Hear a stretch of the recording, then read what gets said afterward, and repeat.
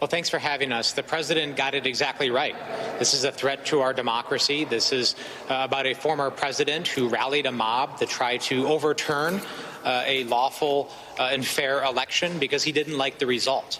This is a man who does not believe in democracy, and yet he continues to fuel an extremist movement, a domestic extremist movement, and have support of people at the highest levels of government here in Congress. So this is a danger. This is not just an exercise in history today, as we remember the fallen, as we remember those 140 officers who were brutally beaten. This is about a current danger that our democracy faces, and that's why it's so important President Biden got the words right, which he did today. Congressman Spanberger, what has this done this day and those comments from President Biden? And what does it mean to you to have him lay out so clearly the case against the big lie? I think it's incredibly important that every person, lawmaker, citizen alike, recognize that the reason we saw thousands of our fellow American citizens march towards the Capitol, ultimately many of them beating police officers with American flags, tasing them with their own tasers.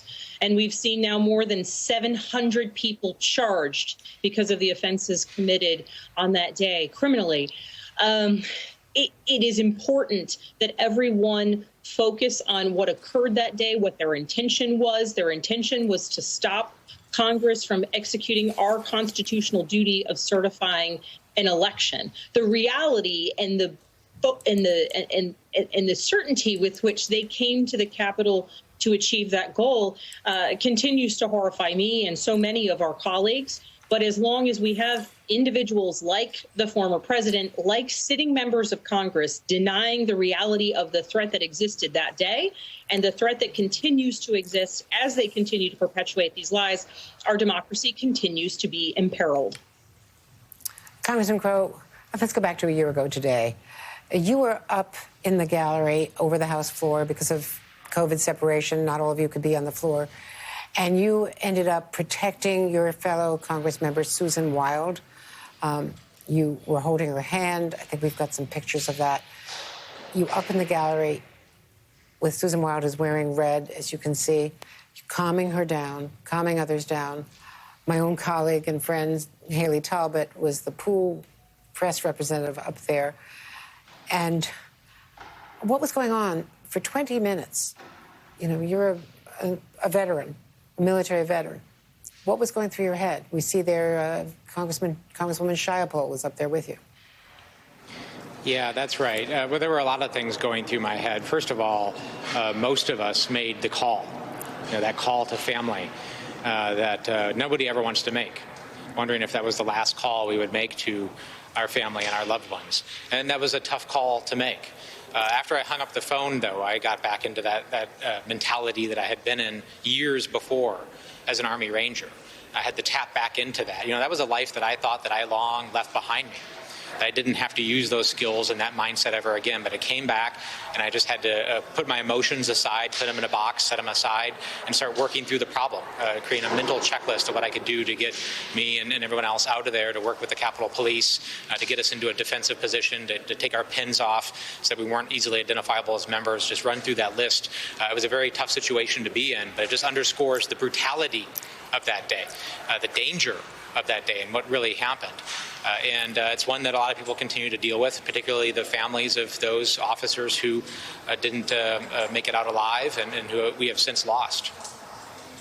And Congressman Spanberger, I have to note also your bravery and kindness was so critical that day. You helped reporters, including Haley, find refuge when they were being turned away from a secure location that was reserved for lawmakers. You helped protect them from the mob.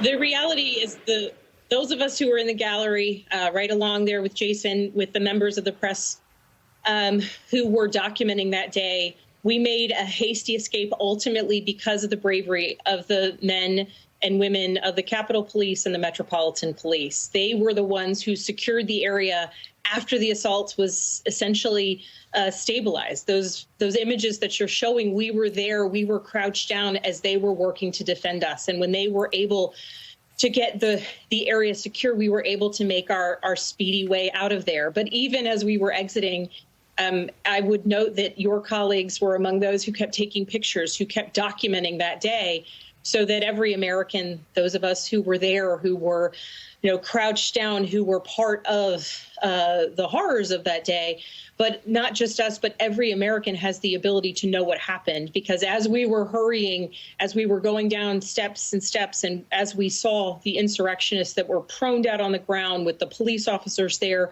working to protect us after a long assault on the Capitol, they continue to do their job and report. So my appreciation goes to you and your colleagues who demonstrated the utmost professionalism that day and kept doing their work, even though the realities and the horrors and the fear was present for all of us. We are all so proud of them. I also want to mention that I've been told that former Vice President Dick Cheney, who was a man of the House before he became Defense Secretary and then Vice President, even co-authored with his wife a book about the House of Representatives many, many years ago, decades ago. I am told that he was on the floor today, notably. I don't know if he's ever returned before that to the floor, maybe for the swearing in of his daughter. But Liz Cheney, Congressman Crow, she spoke with Savannah on the Today Show this morning about the former president and about her Republican colleagues. The threat continues. Former President Trump continues to make the same claims that he knows caused violence on January 6th. And it's very important, if you look at what's happening today in my party, in the Republican Party, rather than reject what happened on the 6th, reject the lies about the election, and make clear that a president who engaged in those activities can never be president again. Anyone who attempts to minimize what happens, anyone who denies the truth of what happened, they ought to be ashamed of themselves. And history is watching, and history will judge them. Let me ask you, each of you briefly, Congressman Crow, what do you think about your fellow Republicans? They're not there commemorating this day today. And as well, many of them are still in denial, or at least claiming to be in denial of a lot of things, including COVID regulations on the floor of the House.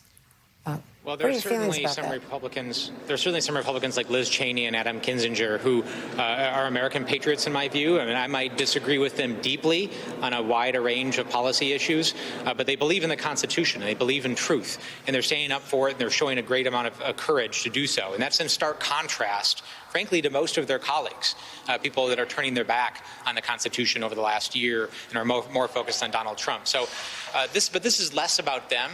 Frankly, there are always people who will turn their back on their oath. Since the first day of this country, there have been people that have turned their back and haven't kept their oath. This is more about a call to action for the American people. Our democracy is about people. It's not about a document. It's not about one institution, about a democratic norm or tradition. It's about people who are willing to stand up and fight for it and defend it. And now is the time, 2022, to have a year of democracy in action for people to stand up and engage and defend their democracy. And Congresswoman Spanberger.